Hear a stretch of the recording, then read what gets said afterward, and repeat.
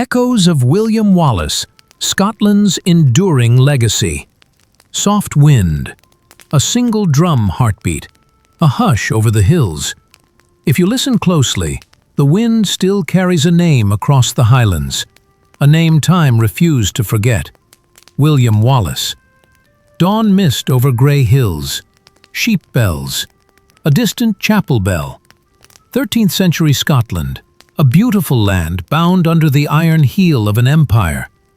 Villagers bent to the soil, paying taxes for harvests they could scarcely eat, speaking softly so soldiers wouldn't hear their hopes. And then, a spark. Not a prince, not a noble. A son of a minor knight, William Wallace, raised not first to wield a sword, but to guard his dignity. When his father and brother fell in a failed uprising, Wallace learned a truth that would define his life. Freedom is not granted, it is claimed. He walked from village to village, not as a conqueror, but as a storyteller, singing the old songs, reminding people who they were before fear took their names. On a moonlit night in Glenfinnan, hands touched the earth, voices rose, and an oath was sworn. For Scotland. From that whisper, a nation awakened. Torches in rain, faces in shadow. A battered banner lifts. The uprising spread like fire through dry heather. Lanark burned first, then word leapt from hill to hill. Farmers, smiths, shepherds, men and women stood straight again. They did not come for titles, they came for freedom. And at the River Forth, at Stirling Bridge, Wallace did the unthinkable. He turned a narrow crossing into a blade, split an army in two, and carved hope from the water's edge. By noon, the proud banners of a mighty empire lay broken in the mud. For the first time in generations, Scotland raised its head. They named him Guardian of Scotland, not for a crown, but for a heart. Clouds gather. A single candle gutters in a draught, but free men are hardest to hold together. After victory came envy. After courage, calculation. Lords quarreled over power, while Edward I forged a storm in the south.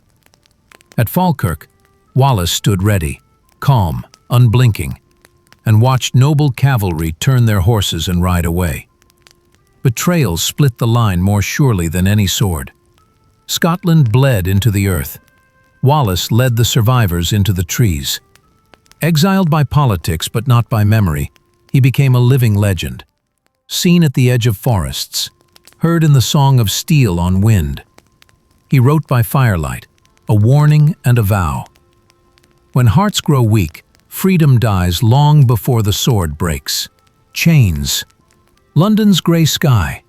A crowd murmurs like distant surf. In 1305, Betrayal reached its quiet conclusion. Wallace was taken in Glasgow, chained and dragged south. When a soldier asked if he feared death, Wallace answered, "Dying doesn't frighten me." Living without freedom, that's true death. At Smithfield, before a sea of faces, he spoke one last blade of truth. "I never betrayed the King of England, for I never swore him my loyalty." And when the knives had done their savage work, he breathed a single word, a bell that has never stopped ringing. Freedom. They thought dividing his body would erase him. They did not understand. You cannot quarter a spirit. That night in Scotland, candles lit a river of light homeward.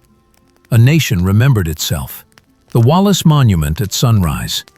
Children's voices reciting lines. A lone bagpipe in the distance. Centuries turned. Empires rose and fell.